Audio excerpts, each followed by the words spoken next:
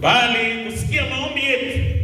Nena pamoja na kila mmoja wetu kwa jina la Mungu Baba, Mwana na Roho Mtakatifu. Amen. Tuketi chini tafadhali. Wakristo wote, ama kwa lugha nyingine Wakristo tugul, Wakristo wote wa kanisa letu la ACK St. Mark's Toro, mniruhusu niwasalimu nyote katika jina la Bwana wetu Yesu Kristo. Bwana asifiwe. Amen. Bwana Yesu asifiwe. Na wageni wetu, Bwana Yesu asifiwe. Bwana asifiwe. Siku ya leo nataka kuambia wapendwa, siku ya leo nataka niwaambie wapendwa, je, kuna baraka ukijitolea kwa nani? Baraka inatokana ukijitolea kwa nani? Nataka niwaambie wapendwa, siku moja nilienda kutembea pahali. Nilipofika pahali penye nilikuwa naenda kutembea, nikaona kuna mto ambaye ilikuwa ikisanya maji. Maji ilikuwa inaingia, lakini maji haikuwa inatoka. Hii mto ikaendelea kusanya maji. Nilipoangalia vizuri, nikaona kwa hiyo mto hakuna mtu alikuwa anakunywa maji yake. Kuangalia vizuri, kwa hiyo mto kulikuwa na chura. Pia mosquito ilikuwa imekusanyika kwa hii maji, lakini ilikuwa bado inazidi kupokea maji. Ilikuwa inasanya maji. Hata nilipoangalia vizuri, hakuna mtu alikuwa anakunywa maji yake. Pia hakuna mtu alikuwa anaosha nguo zake kwa mto huu. Mto ulikuwa umesimama unapokea, lakini nikaenda kando ya pili, nikaona mto wa pili ilikuwa inasanya maji, na baadaye maji ilikuwa inatoka. Hata samaki walikuwa ndani yake. Hata hii mto kuangalia vizuri, chini watu walikuwa wanakunywa maji, na baadaye hii maji ililete baraka. Nikafananisha na maisha mawili ya watu. Kuna watu dunia hii ambaye wanapokea na watu. Wakati mwingi chenye unasanya sio baraka. Wakati mwingine watu wanasanya kulalamika, kusumbuka, kuchoka. Lakini wakati unapokea na unatoa, kuna baraka. Hata kuna uhai. Hata watu wanaweza kula chochote kwako. Mungu atusaidie tuwe kama mtu wa pili na kama sio wa kwanza. Siku moja mimi ninaangaliana. Siku moja watu wakaambiwa wabariki mchungaji. Zamani watu wakaambiwa wabariki mchungaji, amekuja kuhubiri shule. Mimi ambaye nabarikiwa ninaangalia. Nikaangalia nikaona kuko na kijana mmoja ambaye shati yake haikuwa nzuri, lakini alikuwa amebeba alifi animal. Yeye alitaka kubariki mchungaji. Kama yeye ungesema hakustahili, lakini alikuwa ni kwa nini anatoa. Baraka ukitoa utabarikiwa zaidi. Hata pia ni vizuri kujitolea kwa kazi ya Mungu.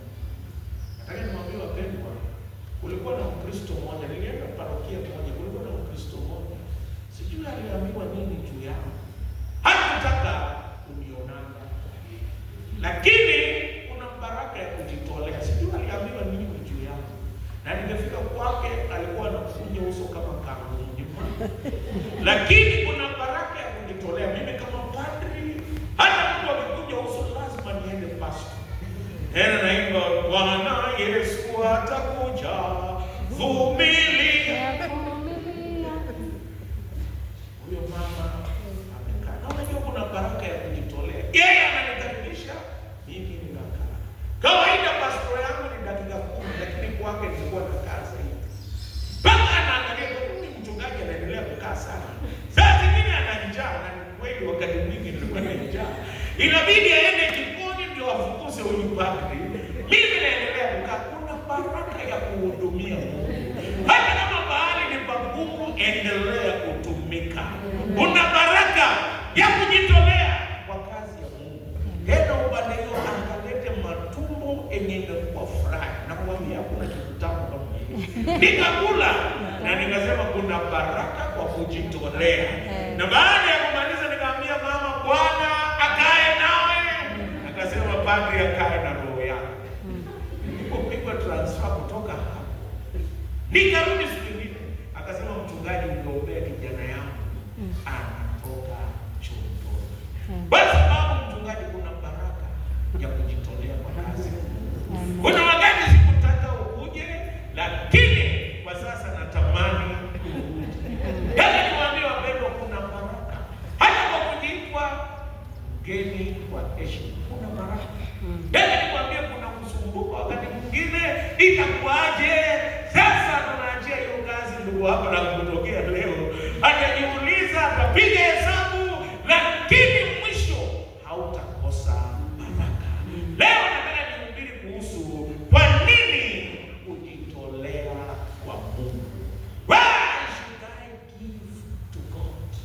Watu ambao wamejitolea kwa chama ya siasa inaweza kukuacha. Ukijitolea wakati mwingine kwa jamii wanaweza kukugeuka. Lakini kwa nini nijitolee kwa Bwana? Somo letu la kwanza lilitoka katika kitabu cha Nehemia.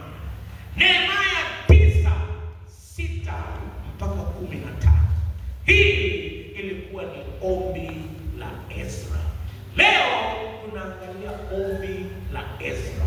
Wana wa Israeli waliitwa kujenga ukuta wa Yerusalemu. Walikuwa watu wachache, tena hawakuwa na uwezo, lakini wakaitwa kujenga. Watu Mungu haiti watu wenye wana uwezo, anaita watu wenye wako tayari kufanya kazi. Siku moja watu wananionanga kwa YouTube, wengine wananionanga kwa Facebook. Wananiambia, mchungaji, wewe uko kwa kanisa gani hii ambayo unahubiri juu ya ghorofa? Nikamwambia inaitwa St. Mark's Top. Akaniambia, basi wewe mchungaji, naona hiyo kanisa ni wadosi sana. Nikasema ni wadosi kwa sababu Mungu ambaye wanamtumikia ni Mungu wa wadosi wa wadosi. Na sisi tunajua kwa nini tumtolee Mungu. Wakati mwingine mzee mmoja aling'ang'ana akafanya kibarua akapata shilingi 50 na akaenda kutoa nyumbani. Alifikiri watafurahia finge yake, yaani amechunga isianguke barabarani, yaani atoe kwa mama amwambia, hata mimi nimefanya kazi na sijarudi nyumbani mkono tu, niko na finge mkononi. Alipofika akapatia mke wake, akamuuliza, ni hii peke yake ndio umeleta? Mzee mkubwa kama wewe. Huyu mzee anasema alivunjika moyo. Wakati mwingine ukitolea wanadamu unaweza kuvunjika moyo. Lakini leo nataka nikwambie kutokea ombi la Ezra. Watu walipojenga ukuta kulikuwa na vikwazo, kulikuwa na changamoto, na hata safari ilionekana ndefu. Kama safari yetu ya kujenga inaonekana ndefu, hata wakati mwingine wengine wanatuvunja moyo, wanasema mbona mliamua ghorofa, si mngejenga tu ya kawaida. Hata wengine wanasema mambo mengi, lakini leo nataka kuongea kwa nini tujitolee kwa Mungu. Huyu mtumishi wa Mungu anaitwa Nehemia. Kitu cha kwanza alifocus, ni kama sisi tuna focus, tutasonga mbele, sio kwa nguvu, kwa imani. Akasema ukuta ni lazima itaisha. Wale ambao wanaenda Israeli wanasema ukuta ya Nehemia mpaka sasa inasimama, na ilijengwa kwa siku 2 peke yake. It was only built in 52 days. Na kitu kingine ni ya kwamba kuna watu wakapinga ukuta. Wakasema hata hii ukuta yenu, hata mbweha sijui unahitaji upande huu. Hadi? Hata mbweha ikisimama juu yake itaanguka. Hata wengine wanaweza sema hii miaka yote wewe unawahi ona kanisa gani local church imejenga ghorofa? Lakini wakaendelea. Baada ya kuwa threatened, wengine wakataka kuwashambulia, wakaweka wengine wajenge na wengine wachunge, lakini waliendelea kwa maombi. Wakati walipochoka wakaomba, na walipoomba wakakumbushwa ni kwa nini wajitolee kwa Mungu. Jambo la kwanza, tunajitolea kwa Mungu kwa sababu Mungu anamiliki vyote. God is the owner of everything. Mungu anamiliki kila kitu, na akitaka kuchukua atachukua. Kabla hajachukua ninampa kwa sababu ni yake. Bwana asifiwe. Amen. Kuna mtu mmoja alijenga meli inaitwa Titanic. Akasema nimejenga meli kubwa hata Mungu hawezi kuisafisha. Siku ya kwanza ya safari ya meli ikagonga iceberg na ikazama. Yeye hakujitolea kwa Mungu, alisahau Mungu ni wa vyote. Yeye anamiliki vitu vyote, anamiliki fedha, anamiliki dhahabu na hata anamiliki sisi wenyewe. Kila siku jitolee, umejua yote ni ya Mungu. Mimi ni wakili. Kuna mtu mmoja alikuwa anafuga paka, akaipatia nyama kidogo kwanza ambayo alikuwa anamfuga, na baadaye alikuwa ameitengenezea nyama nzuri. Akataka kuinyang'anya hii nyama ndogo aipatie ingine kubwa na nzuri zaidi. Unajua paka ilifanyaje?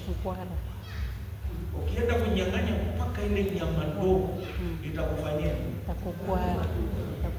Ikamuuma mkono na paka ikakosa baraka. Huyu mtu akasema kama hii paka inaniuma, siwaje nikarange hii nyama nikule. Na paka ikapoteza. Wakati mwingi Mungu amekupa baraka kama mfupa kidogo, na hiyo ingine kubwa zaidi. Yeye ni mmiliki, na ukiwa mwaminifu kwa ndogo anakuongezea, lakini ukikwamia hata yeye anakuamia baraka. Yaani hakuna chupa itaongezwa maji kama kifuniko imefunguliwa. Lazima kifuniko ifunguliwe. Hoa yenye uko naye ndio baraka utapokea. Mungu atusaidie tutoe tukijua kwamba Mungu ndiye mmiliki wa vyote. Bwana asifiwe. Na watu wanatakikana kutoa kwa uaminifu. Wanasema watu wengi walienda kwa pahali, huyu akamwambia deni yangu ya 10,000. Akasema leo sina pesa. Leo sina pesa. Na huyu mwingine alikuwa Mkristo akaomba akasema, Mungu wewe unamiliki vitu vyote. Hata huyu mwenye anasema hana fedha, wewe ndio unajua. Ninaomba Mungu ufungue njia, nataka watoto waende shule. Kidogo wezi wakakuja. Wezi walipokuja wakasema kila mtu mama chini. Nataka tuangalie chenye iko kwa mfuko. Huyu jamaa mwenye alikuwa na deni ya mwingine, kumbe alikuwa na shilingi 10,000 amekataa kulipa. Akamwambia ndugu, waje nikurudishie pesa yako sasa. Akaweka 10,000 kwa mfuko yake. Sasa huyu mwingine alisema bwana, sitaki unipatie sasa. Akasema wewe chukua bwana hii pesa yako. Baadaye kumbe sijui nani aliitisha askari wakapiga risasi juu. Wezi wakatoroka. Wezi walipotoroka bwana, huyu jamaa akasema bwana nirudishie pesa yako. Akasema sina kurudishia pesa, mimi muomba Mungu ambaye anamiliki vitu vyote anipe pesa nilipe school fees. Sasa niko naye na nitalipa. Nikwambie, ukitoa kumbuka Mungu anamiliki vitu vyote. vyote, na ukikwamia wakati mwingine hata kuongezea. Mimi sikuwahi kuwa baraka mpaka nikatoa mafungu. Usipotoa mafungu, usipotoa fungu la 10, wakati mwingine unasema sihusishi Mungu kwa mambo yao, na vitu vyote vitakwenda. Husisha Mungu. Unaipanga Bwana usehemu ya, sijui yeye ni sehemu ya mali yako, mfuko wako na kila kitu. Wacha Mungu awe sehemu yako. Jambo la pili, unatoa kwa sababu Mungu hutimiza ahadi zake. God is faithful to his promise. Kama unatoa, unajua Mungu anatimiza ahadi yake. Hata leo kila mtu ana changamoto yake. Wengine kuna kitu unatakikana ufanye. Kuna kitu unatakikana ufanye leo. Lakini ukitoa, tunatoa kwa sababu tunajua Mungu anatimiza ahadi yake. Aliahidi Abrahamu atampa mtoto na akatimiza. Abrahamu alitoa akijua kwamba Mungu atatimiza ahadi yake. Hata kile Mungu unahitaji kwake, toa, yeye anatimiza ahadi zake. Kwa jina la Yesu Kristo. Bwana asifiwe. Amen. Kuna kitabu alikuwa akimba ahadi za Bwana. Mimi siwezi imba, Mungu alinifukuza kwa darasa. Nasema sauti yako si soprano, sio alto, sio bass, kutoka. Lakini I can make a joyful noise ya kwamba Mungu anatimiza ahadi zake. Bwana asifiwe. Amen. Ahadi ambayo ametupa ni ya kwamba tutakamilisha annex project. Bwana asifiwe. Na Mungu ni mwaminifu. Amesema tutakamilisha. Ndani ya 50 milioni itapatikana kwa jina la Yesu Kristo. Wenye hivyo Mungu anajua. Atalete na ataweka kwa mifuko yetu na tutatoa. Na baada ya kujenga hiyo, nataka niwaambie kutakuwa na annex mingi. Kila mtu atakuwa na annex yake. Kwa sababu Mungu ni mwaminifu. Katika jina la Yesu Kristo. Mlipokea baraka ya kwanza. Kanisa hili lilipojengwa permanent, nyumba ngapi permanent zilifunguliwa hapa? Sasa baada ya hiyo utakuwa na baraka ya biashara kwa Wakristo. Nataka niwaambie Mungu hana deni ya mtu. Ukitoa atakurudishia. Uko na watu wengine ukiwapatia pesa hata unashangaa kama watarudi. Lakini Mungu ni mwaminifu, ukitoa atakurudishia katika jina la Yesu Kristo. Bwana asifiwe. Amen. Jambo la tatu. Kutoka kwa hii maombi ya Ezra. Aliyeandika kitabu hiki, tunatoa kwa sababu Mungu hukomboa watu wake. Hii ni Jumapili baada ya Pasaka. Inatukumbusha Mungu kwa nguvu alikomboa watu wake kutoka Misri. Ndio nikwambie, mimi natoa kwa sababu Mungu alinikomboa. Wacha vitu vingine duniani, unahitaji ukombozi wa Mungu. Mimi nilikuwa navutaga kitambo sigara, ilikuwa inaitwa SM. Nyinyi hamjui, nyinyi ni waongofu. SM ilikuwa tunasemanga sina mapenzi, nilikuwa navuta. Headmaster akatushika, akatuweka vibogo 6 kama 6 nini. Aliuliza tu mwili, lakini hakuuliza tamaa ya kuvuta. Yoni tulikuwa bado kwa choo tunavuta sigara. Nikajaribu, wakaniambia kula kitunguu utaacha. Nikakula kitunguu ikaharibu kidogo. Hata wakasema tafuta Big G, ilikuwa inaitwa Orbit. Sijui wangapi waliwahi kula Orbit. Na kulikuwa na nyingine inaitwa Big G. Na hata kulikuwa na nyingine inaitwa Goody. Kuna yote itakusaidia uache. Nikakula sikuacha. Baada siku ile nikakombolewa Yesu. Tamaa ya kufuta inaisha. Hata mimi nikitoa leo ni kwa sababu Mungu alinitoa kwa sigara. Sijui kama nilikuwa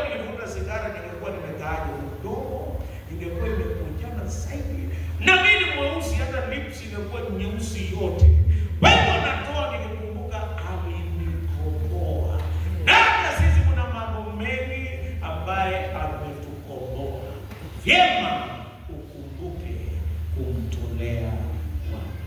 Jambo la 4 nataka nimalizie hapa. Ninatoa kwa sababu Mungu yeye amekutana na mahitaji yangu. Huko jangwani alipokuwa akisafiri, kitu cha kwanza aliwapa mikate kutoka mbinguni inaitwa mana. Mungu alipokuwa akipatia watu mana, alikuwa anawapatia chakula yenye na kutosha kwa siku moja. Na kama ungechukua zaidi ingebadilika ikuwe wadudu. Kitu ambacho nataka nikwambie, Mungu yeye anatupa mahitaji kila siku ukimtegemea. Fanya sehemu yako, lakini waachie Mungu afanye sehemu yake. Ilibidi wana wa Israeli waende wasili mana. Ni lazima ufanye kazi kwa bidii. Jambo la pili, Mungu kwa neema anakupa grace every day. Neema kila siku unaishi kwa kutegemea. Inaomba ya kwamba tutoe tukijua Mungu anatupa mahitaji kila siku. Hata ndio ufanye kazi ndio ufanikiwe, neema ya Mungu ni mpya kwako kila siku. Nataka nikwambie kuna watu, juzi nilienda kufunzwa kuhusu mental wellness. Ndio na changamoto mingi. Nitafanya hiyo semina. Nitafanya kwa wazee watu wanachanganyikiwa. Na tunachanganyikiwa kwa sababu tunasumbuka sana. Biblia inasema usisumbuke kwa neno lolote. Biblia inasema usipange neno lolote. Lakini Biblia inasema usisumbuke. Kuna watu lakini si nyingi usiku anaandika anafuta. Yaani anapenduka kwa sababu tunasema marue pertoge sumbuka ushoto. Lakini wanasahau mental wellness ndio mtu akuwe sawa kimawazo. Kitu cha kwanza ni lazima akuwe physical anga. Fanya mazoezi uliambiwa. Kula, lakini hapana kula sana. Kuna wengine wanakula mara 6 kwa siku ndio changamoto. Asubuhi ugali na maponi, saa 4 githeri na kahawa, ugali nyama na ugali lunch, alafu uji na mkimo saa 10, alafu tena ugali na kabla hajalala tena anataka chai. Mawazo inaleta shida. Wewe ndio ufanikiwe, you must have the physical pillar. Lazima uwe physically fit. Fanya mazoezi. Hata ukiwa mama bana ndio watu wanafanya kila kitu. Kingine ni mfupi kufanya mazoezi. Hata kama huwezi kimbia around your room. Kimbia kama unataka kuonekana, kimbia in your room. Lakini nataka kusema ni physically fit. Na hata wakati mwingine tembea. Kitu kingine, you must have the spiritual pillar. Lazima uombe na ujitolee. Inaitwa detoxification. Wakati mwingine umekaa na vitu vingi ndani yako, hata kwa mfuko inakusumbua. Hoa ndio utapata baraka. Omba, mwambie Mungu. Alafu kuna intellectual pillar. Soma kitu mpya kila siku, hata ukikaa wapi, kila wakati wazo mambo mpya. And connection pillar. Ndio kusema tunatoa kwa sababu Mungu anatupa mahitaji ya kimwili, mahitaji ya kiroho. Tuna mahitaji ya school fees hapa. Hili tunatoa kwa sababu tuna imani na tunatumaini atatupa mahitaji yetu. Hata mimi leo nina mahitaji, lakini nikitoa najua Mungu atanikumbuka. Mungu wa amani awabariki. Amen. Tumejifunza leo sababu ya kutoa. Na najua leo tutajitolea kwa jina la Mungu Baba, Mwana na Roho Mtakatifu. Amen. Maneno ambayo tumeyasikia kwa masikio yetu yazae tunda la maisha mema, kwa jina la Mungu Baba